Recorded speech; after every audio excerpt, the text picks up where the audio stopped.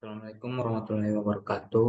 Perkenalkan, nama saya Ridwan Fathah dengan NIM 0N022020. Di sini saya akan mempresentasikan perpajakan satu tentang SPT dan SSP. Apa itu SPT? SPT atau Surat Pemberitahuan Tahunan adalah surat yang oleh wajib pajak digunakan untuk melaporkan perhitungan dan atau pembayaran pajak, objek pajak dan atau bukan objek pajak, dan atau harta dan kewajiban menurut ketentuan peraturan perundang-undangan perpajakan. Seterusnya yaitu jenis-jenis SPT.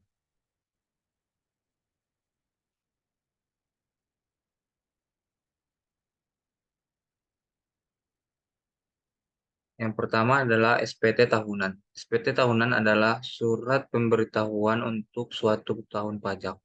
SPT tahunan meliputi SPT tahunan orang pribadi dan SPT tahunan badan.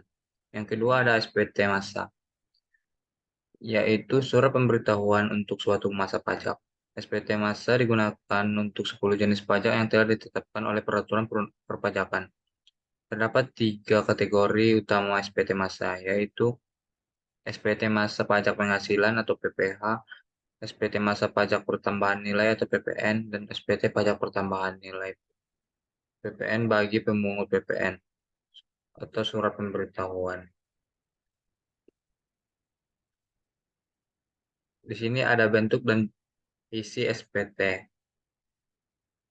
Bentuk dan isi SPT. SPT terdiri dari SPT dalam bentuk formulir kertas dan SPT dalam bentuk dokumen elektronik.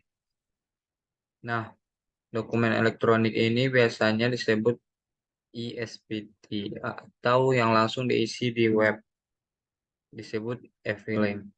Isi STP adalah memuat informasi wajib pajak.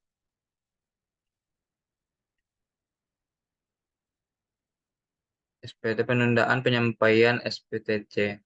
Dalam keadaan tertentu, wajib pajak orang pribadi atau WPOP atau wajib pajak badan WP badan bisa saja terpaksa harus menunda penyampaian SPT tahunan karena sejumlah alasan, seperti padanya kegiatan usaha dan kendala teknis dalam penyusunan laporan keuangan. Untuk kondisi seperti ini, maka penyampaian SPT tahunan bisa saja ditunda atau diperpanjang. Wajib pajak tidak dapat melakukan penundaan penyampaian SPT massa, tetapi dapat melakukan penundaan tahunan orang pribadi paling lama 2 bulan. Sanksi terlambat dan tidak menyampaikan SPT. Sanksinya adalah pidana penjara paling singkat 6 bulan dan paling lama 6 tahun. Dan denda paling sedikit 2 kali jumlah pajak terutang yang tidak atau kurang dibayar dan paling banyak 4 kali jumlah pajak terutang.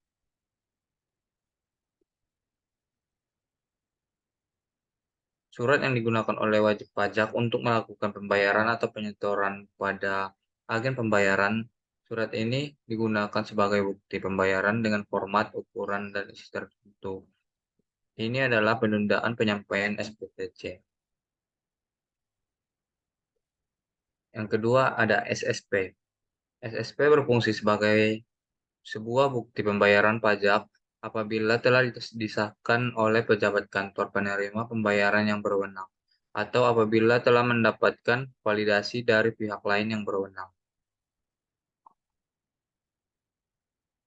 Menteri Keuangan menentukan tanggal jatuh tempo pembayaran dan penyetoran pajak terutang untuk suatu saat atau masa pajak bagi masing-masing jenis pajak. Paling lama adalah 15 hari setelah saat terutangnya pajak atau berakhirnya masa pajak. Batas akhir penyetoran PPH atau pajak penghasilan masa yaitu tanggal 10 dan tanggal 15 di bulan berikutnya.